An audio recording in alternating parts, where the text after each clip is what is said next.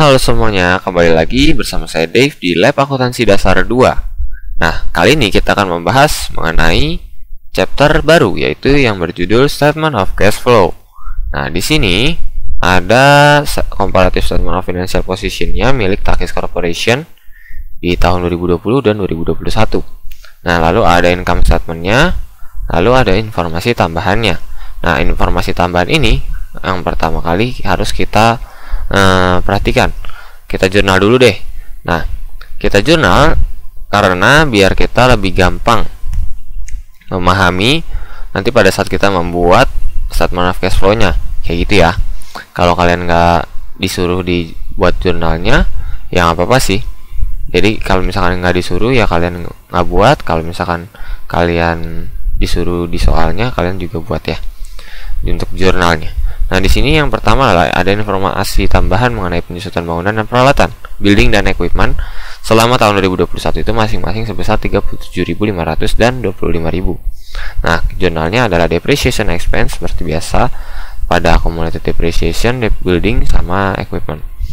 Nah, totalnya adalah 62.500. Lalu yang kedua itu adalah selama tahun 2021 perusahaan membeli tanah sebesar 500.000. Dari nilai tersebut, Takis Corporation itu mengeluarkan uang tunai 150.000 serta menerbitkan 60.000 lembar saham istimewa. Jadi dia selain menggunakan cash, dia menggunakan share preference. Hanya nanti kita ini ya. Nah, di sini line yang kita beli adalah 500.000 ya. Lalu cash yang kita keluarin itu 150.000.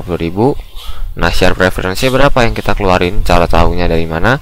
Cara tahunya adalah kita lihat nih, nilai parnya si share preference itu $5.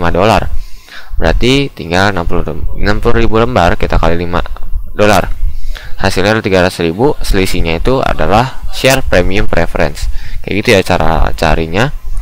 Nah, cara selanjutnya adalah transaksi yang ketiga. Transaksi ketiga di sini informasi tambahannya adalah pada akhir tahun 2021 perusahaan jual salah satu bangunannya dengan kos 200.000 dan akumulasi penyusutannya itu 110.000. Bangunan tersebut dibeli pada tanggal 1 Januari 2011 dengan umur manfaatnya 20 tahun dan disusutkan dengan metode garis lurus. Nah, perusahaan mengalami kerugian atas transaksi ini sebesar 10.000. Nah, jurnalnya adalah cash accumulated depreciation building, lalu loss on disposal of building pada building. Nah, buildingnya itu tadi kan katakan bahwa costnya itu 200.000, sedangkan loss yang kita dapat itu adalah 10.000. Loss yang dialami perusahaan 10.000, lalu accumulated depreciation-nya juga dikasih tahu di soal 110.000. Kayak gitu ya. Nah, dari sini kita bisa cari cash-nya itu dari selisihnya building dikurangi dengan loss dikurangi dengan accumulated depre sebesar 80.000.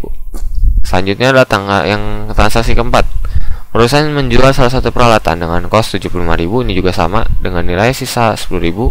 Umur manfaat peralatannya 10 tahun dan telah disusutkan dengan metode garis lurus selama 5 tahun hingga tahun penjualan. Lalu akumulasi penyusutan peralatan saat dijual adalah sebesar 32.500. Di sini dikasih tahu sehingga kita tidak usah perlu lagi menghitung berapa akum deprenya. Lalu di sini atas transaksi ini perusahaan menerima uang tunai sebanyak 50.000. Jurnalnya adalah cash, tadi kan kita menerima uang tunai 50.000. Lalu akum deprenya tadi dikatakan totalnya 32,5. Equipmentnya adalah costnya si equipment berapa? 75.000. Selisihnya itu merupakan gain on disposal of equipment. Nah, nanti ini kita harus masukkan ke dalam statement of cash flow ya teman-teman. Oke, lanjut ke transaksi kelima.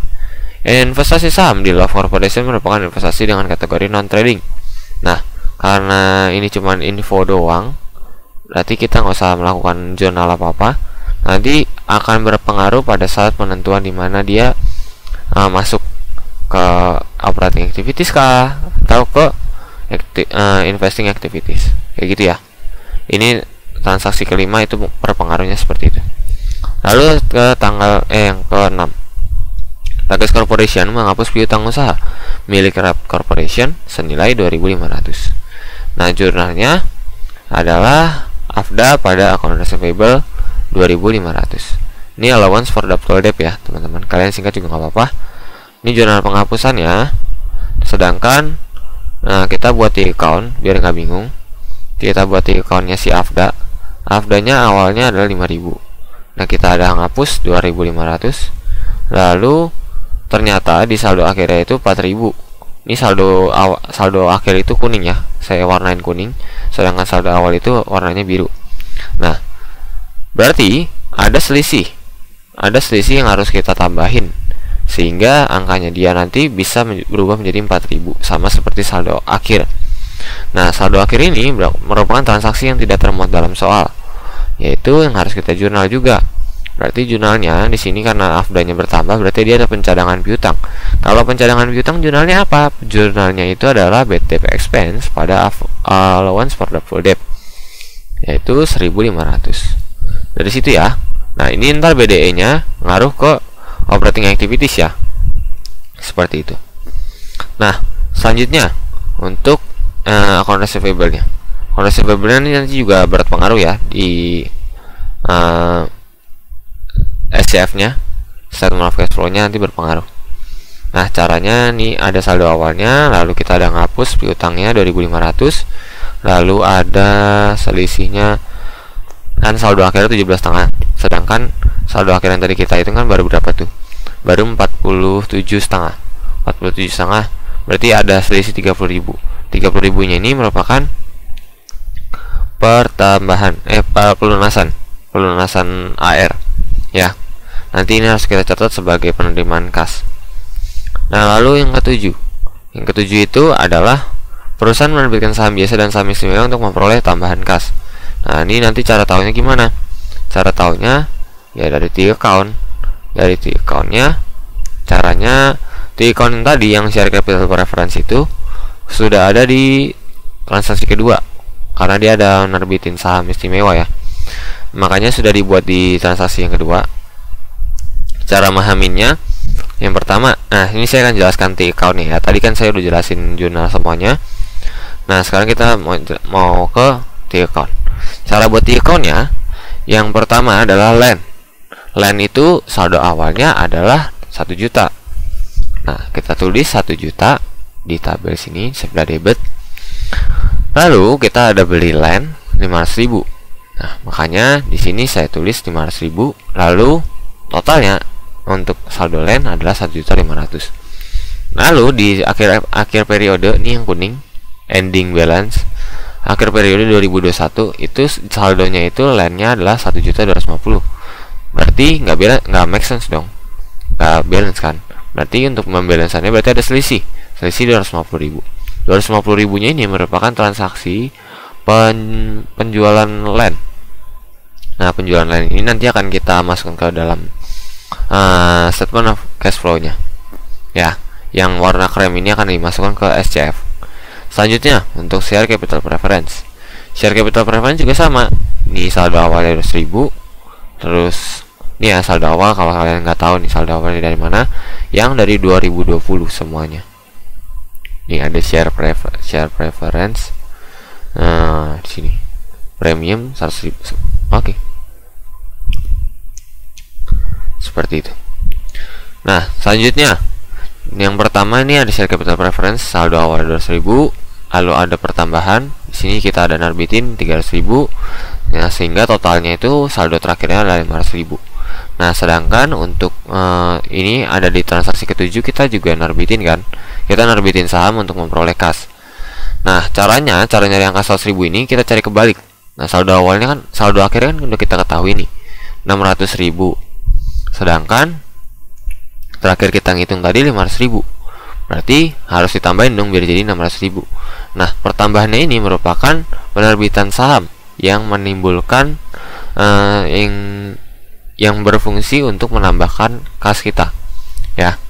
Jadi di sini dibilang di transaksi ketujuh perusahaan nerbitin saham biasa sama istimewa untuk memperoleh kas. Nah, jadinya ini berarti kan transaksinya ini 100.000.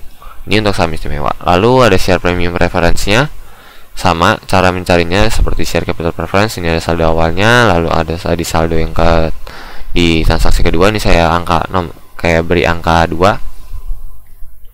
Terus jadinya total saldo terakhirnya 150.000. Terus kita di transaksi ketujuh ada menerbitin saham istimewa untuk memperoleh kas. yaitu selisihin aja berarti 50.000. Selisihin 200.000 dikurang 150 jadi 50.000 ya. Nah ini nanti kita masukin juga ke SCF nya. Selanjutnya adalah tanggal yang ketiga. Kita atas transaksi ketiga ini kita bikin dua account, yaitu building sama account building. Nah untuk buildingnya saldo awalnya adalah 750.000. Lalu kita ada ada jual di transaksi ketiga ini sebesar 200.000. Nah sehingga kita dapatkan angka terakhirnya 550.000. Nah untuk mendapatkan 850.000 ini kita ada selisih 300.000 nih. 300.000 nya itu harus kita tambahin kan, berarti kan. Nah berarti pertambahannya ini merupakan pembelian building secara tunai, karena dia nggak dikasih tahu di soal di informasi tambahan bahwa ada pembelian building secara kredit ya. Jadi ini asumsinya adalah tunai. 300.000 nanti kita masukin juga ke SCF nya. Selanjutnya adalah account building. Account building total yang 2020 nya itu ada sebesar saldo account nya 375. Nah lalu di tanggal yang transaksi pertama kita ada jurnal nih, ada jurnal account nya itu sebesar 37.500. Kita tambahin dong di sini kan. Nah di transaksi ketiga itu ada jual building. Kalau jual building harus kita keluarin kan account nya 110.000, makanya di debit 110.000. Kita dapatkan saldo T account-nya itu terakhirnya itu 302.500. Nah kita jumlahin ini udah sama atau belum? 375 dikurang 37.500 ditambah 375 ditambah 37,5 dikurangi dengan 110.000. Hasilnya 325 apa enggak? Nah, ini karena udah di Excel hasilnya sama ya. Oke. Nanti untuk yang account ini nggak berpengaruh. Nanti yang ininya aja kita masukin 37,5 nya ini kita masukin ke SCF. Lanjut ke tanggal yang transaksi keempat, itu ada dua account yang kita bikin, yaitu ada equipment sama account equipment. Caranya sama kayak building tadi, yaitu yang biru ini adalah saldo awal. Nah di sini kita ada jual equipment 75.000. Nah sehingga saldo akhirnya 225. Udah sama apa belum? Kalau belum sama di sini harus ada, kalau misalkan ada selisih di sini berarti itu merupakan transaksi yang nggak ada di informasi tambahan ya. Misalkan ini 250.000 ternyata saldo akhirnya 250.000, sehingga kita harus ini dong, harus tambahin lagi kan. Nah pertambahannya itu kita catat dong, nanti di SCF nya ada pembelian equipment sebesar 25.000 kayak gitu. Nah 25.000 nya itu saldo minus ya, jangan lupa, karena kita beli alat peralatan, jadi nanti kita ngeluarin duit ya, duitnya itu nanti di SCF berkurang kayak gitu. Nah lalu account equipment nya itu 125 awalnya. Lalu di transaksi pertama kita ada jurnal account equipment 25.000 ya, kita tambahin dong. Nah ini udah saya beri angka 1 juga supaya kalian lebih jelas. Lalu di sini 32,5 ini dari mana? 32,5 ini dari transaksi keempat ini, yaitu kita tadi kan ada jual equipment, account nya juga dibuang kan. Ya udah berarti 32,5 ini kita taruh di debit. Nah kita totalkan sehingga hasilnya 117.500. Udah sama apa belum? Sama yang saldo akhirnya. Ternyata sudah sama ya di sini. Yang account equipment 117.500. Oke, lanjut. Untuk transaksi yang kelima ini no entry, karena ini ya nggak ngaruh ya, terus dia juga nggak menimbulkan tiakan apa-apa. Lalu selanjutnya adalah AFDA ini tadi udah saya jelasin, jadi kita ada saldo awal AFDA nya 5.000, terus kita ada penghapusan 2.500, dan ternyata buat jadi 4.000 kita harus ada pencadangan piutang lagi ya. Berarti di sini ada pencadangan piutang yang nggak diketahuin, nggak dikasih tahu di soal 1.500 kayak gitu. Kita jurnalnya BDE pada AFDA. Nah sekarang AR nya itu 50.000 awalnya. Nah kita ada hapus 2.500 kredit. Nah tapi saldo akhirnya itu 17,5. Berarti 30.000 ini selisihnya. 30.000 selisihnya ini merupakan transaksi pelunasan piutang oleh customer secara tunai. Ya, seperti itu cara memahaminya. Karena dia nggak dikasih tahu soal karena ada pelunasan piutang sebesar 30.000. Kayak gitu. Nah, selanjutnya tanggal 7. Nah, dari tanggal 7 ini kita ada 2 T account, yaitu share capital ordinary sama share premium ordinary. Nah, jangan lupa dia ada penerbitan saham istimewa juga, tapi kita sudah buat T account-nya di sini, ya. Nah, cara mencarinya kan tadi menerbitkan saham biasa dan istimewa untuk memperoleh tambahan kas. Jadi kita di sini ini ya, selisih yang dari 600.000 saldo akhir kita selisihkan dengan saldo terakhir kita hitung. Beda ya, saldo terakhir kita hitung kan 500.000 nih. Nah, terus saldo premium preference juga saldo akhir periodenya 200.000, sedangkan saldo terakhir kita hitung 150.000. Berarti ada penambahannya. Ada penambahannya, ini merupakan penerbitan saham untuk memperoleh kas. Ya, jadi kita jurnalnya 50.000 sama 100.000 dari sini. Dua ini. Oke. Selanjutnya, share capital ordinary juga sama. Di sini saldo awal share capital ordinary-nya 250.000.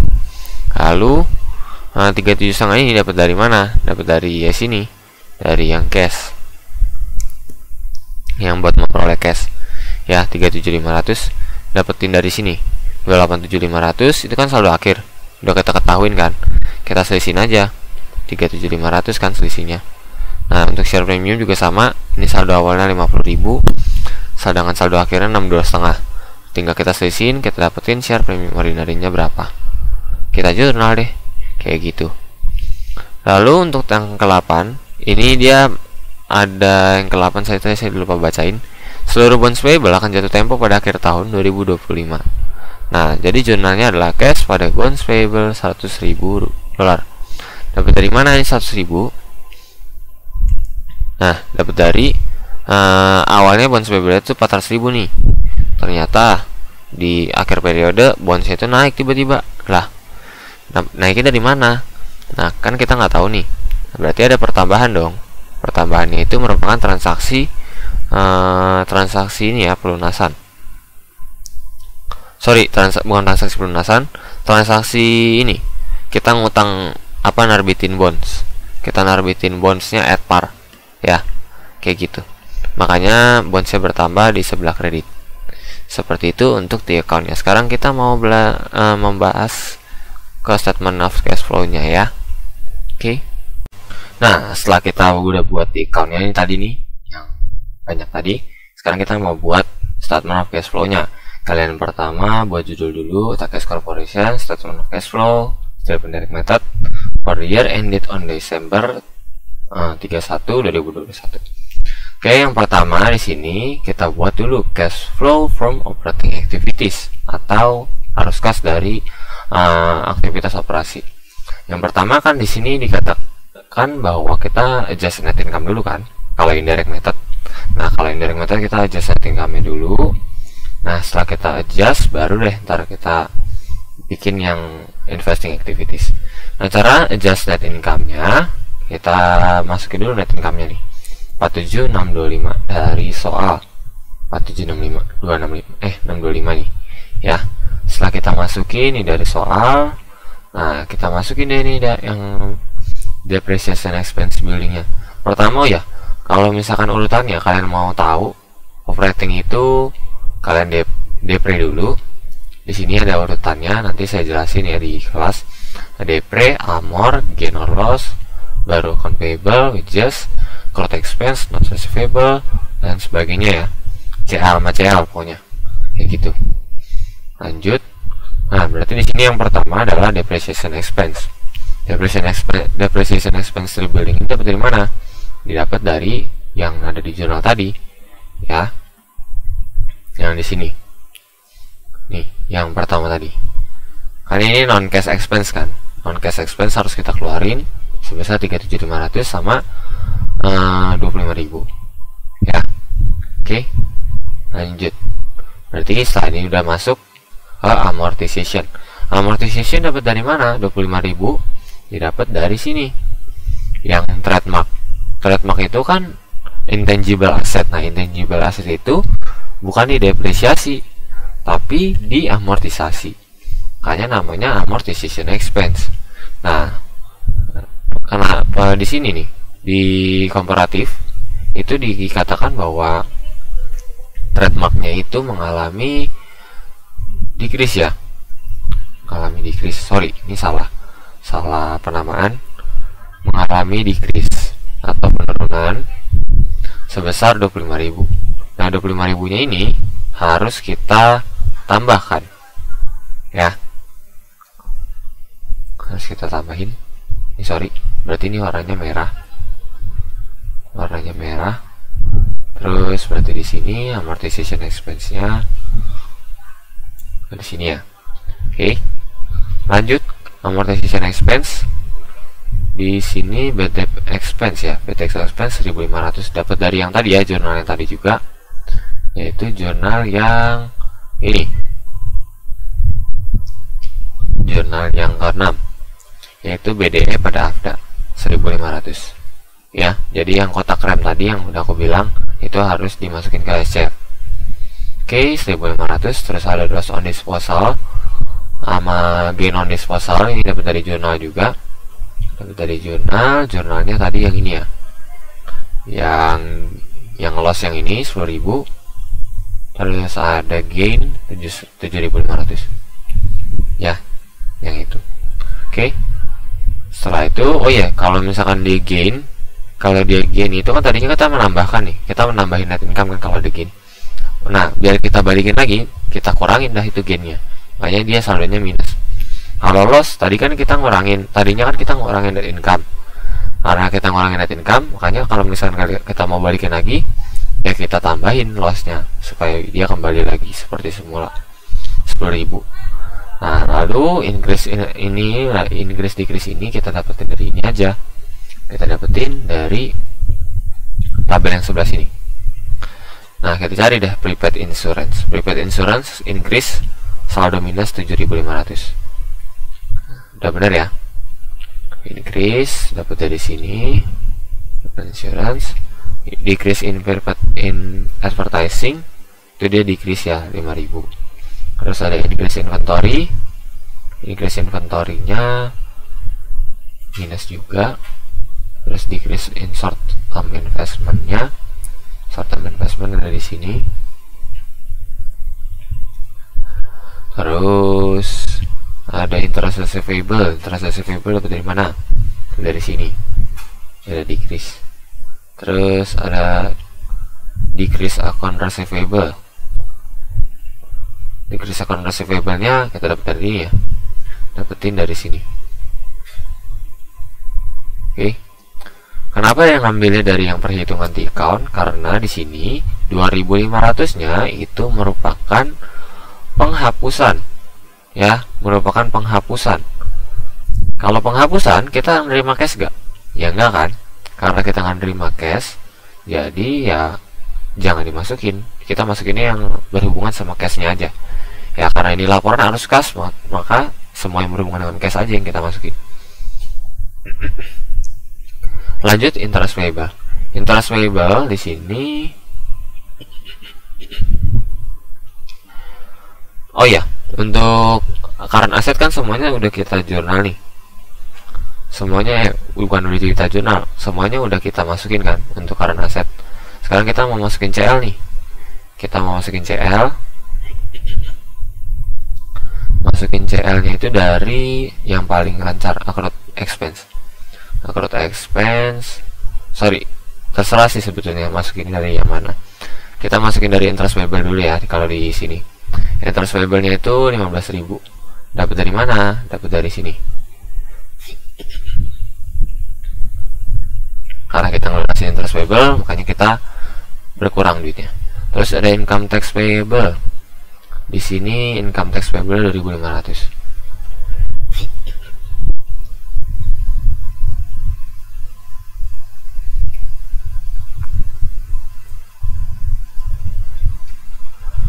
Nih, short term investment-nya itu 25.000. Jadi ada salah masukin ya, sorry. Ada salah masukin. Jadi aku mundur sedikit ya. Tadi ada salah masukin angka. Terus interest payable tadi udah, income tax payable-nya itu dapat dari sini. ya, income tax payable dari 10.000 ke 12,5. Terus ada income accounts payable dapat dari sini 25.000 ke 30.000 kan dinambah. Kalau nambah berarti utang kita nambah, duit kita itu kan utang kita, kalau kita utang kita dapat cash kan, jadi kita tambahin. Decrease in accrued expense itu yang terakhir. Skip. Oke, jadi semuanya kita totalin dari atas sampai bawah. Setelah kita totalin, kita tambahin sama net income-nya. Ketemulah jadi net cash provided by operating activities. Seperti itu ya. Oke, selanjutnya untuk cash flow from investing activities. Nah, di sini ada purchase of land. Purchase of land dari mana? 150.000. Kita lihat, land kan ada pertambahan nih, 1 juta ke 250. Tapi jangan kalian ambil 250-nya langsung. Oh, berarti bisa land ada bertambah 2,5 nih. Kalian masukin aja cashnya 2,5 di sini. Jangan ya. Kita kan udah pakai T account tadi. Nah, ini apa fungsinya T account? Jadi berapa kita beli land tadi yang di di transaksi kedua ini? Kita beli land pakai cashnya tuh berapa duit? Kan kita beli 500 nih. Beli 500, tapi ya cash yang kita keluarin itu 150.000. Nah, berarti yang kita masukin yang 150.000-nya ini aja ya, jangan semuanya kita keluarin. Ya. Oke. Berarti 150.000 udah dapat, terus ada sale of land 250.000, dan dari mana? Dapat dari T account juga.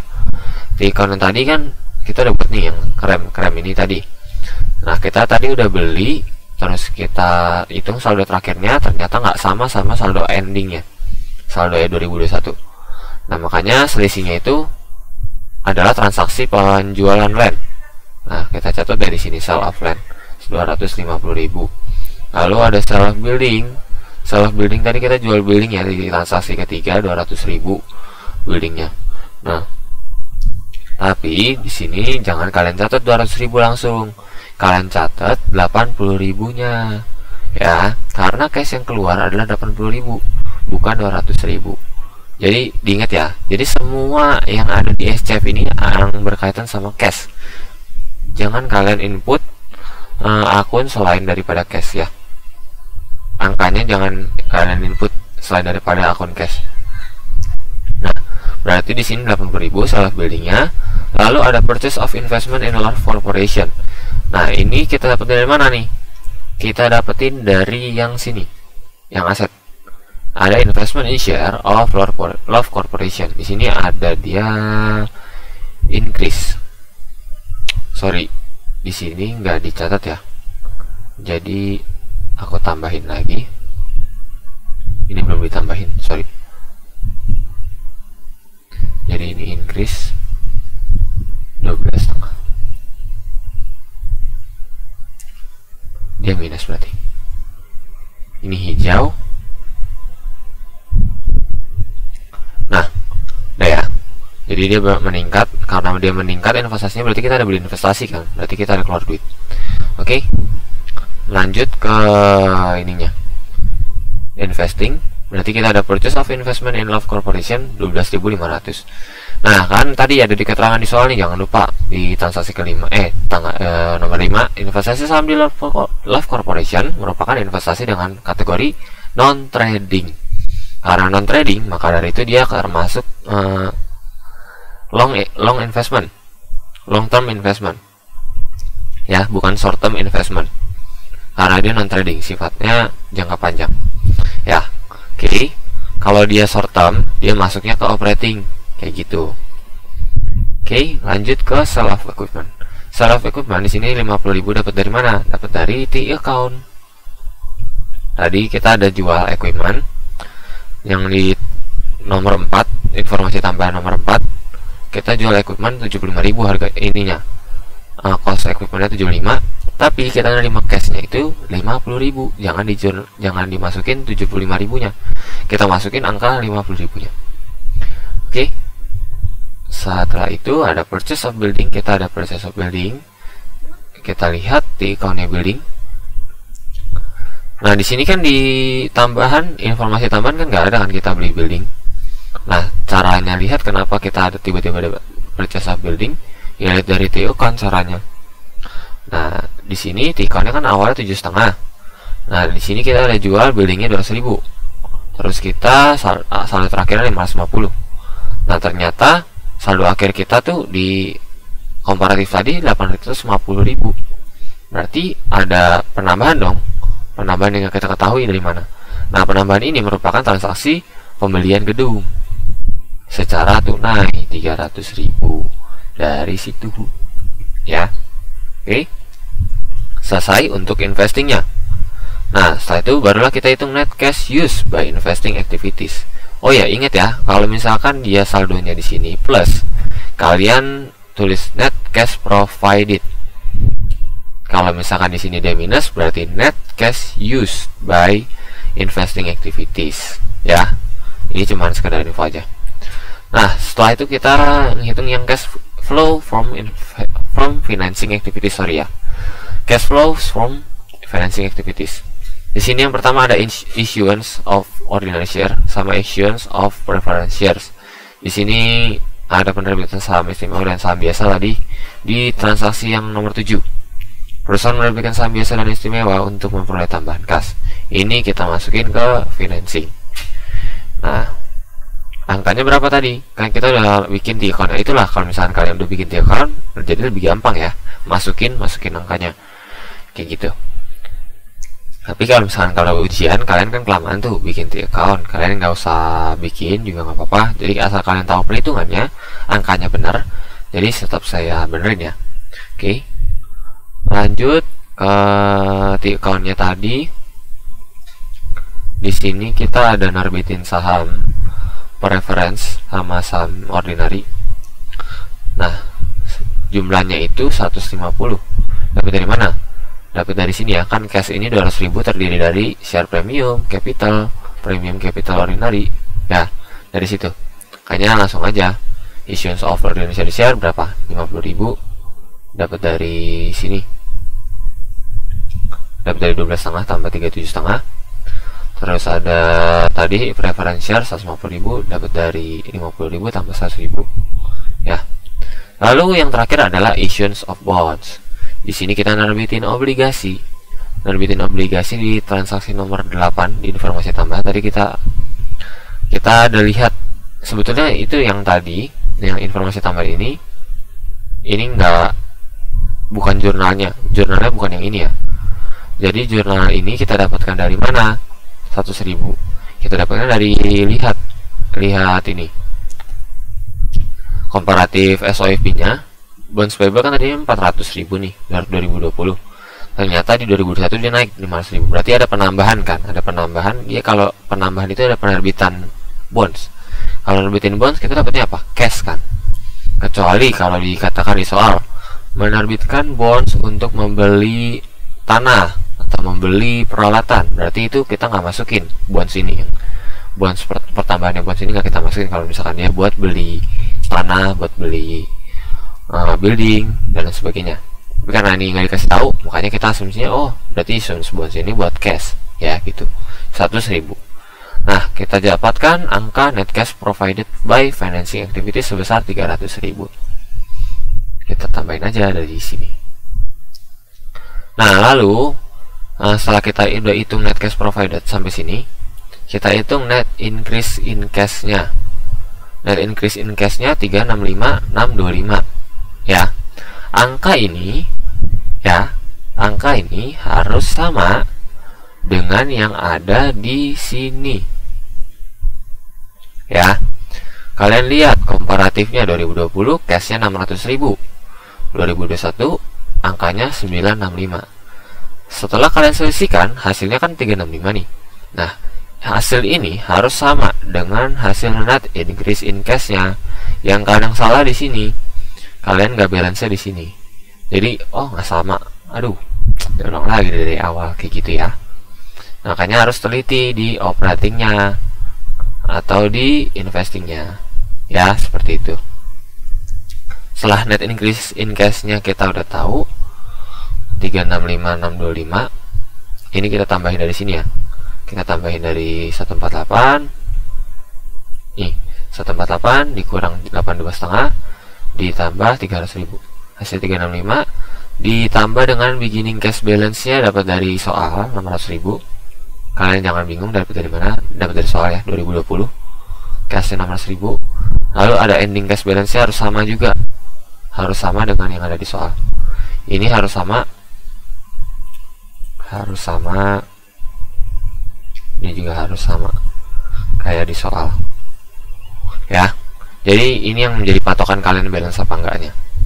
365 dibandingin sama ini, 965 dibandingin sama saldo terakhirnya, saldo terakhir si cash.